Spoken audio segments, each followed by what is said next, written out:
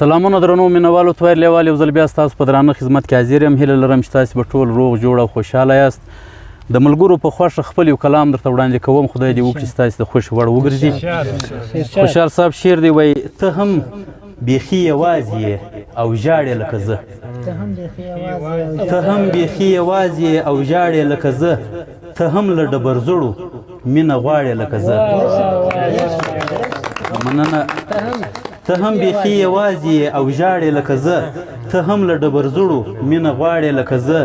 ته هم سوېزاره چاودې لکه زه په میدانو. ته هم سوېزاره چاودې لکه زه په میدانو. ته هم له قریبانو څخه ولاړې لکه زه.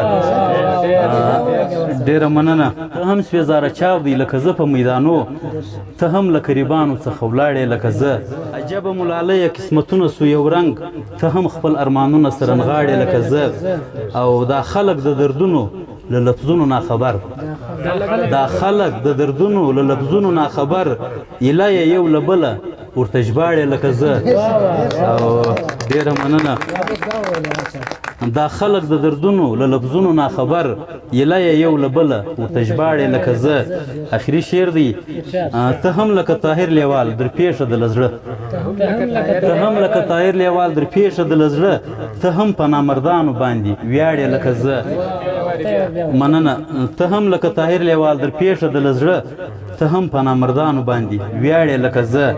ته هم بیخي یوازې یې او ژاړې لکه زه. ته هم له ډبرزړو مینه غواړې لکه زه. د توجه مې یو جهان مننه.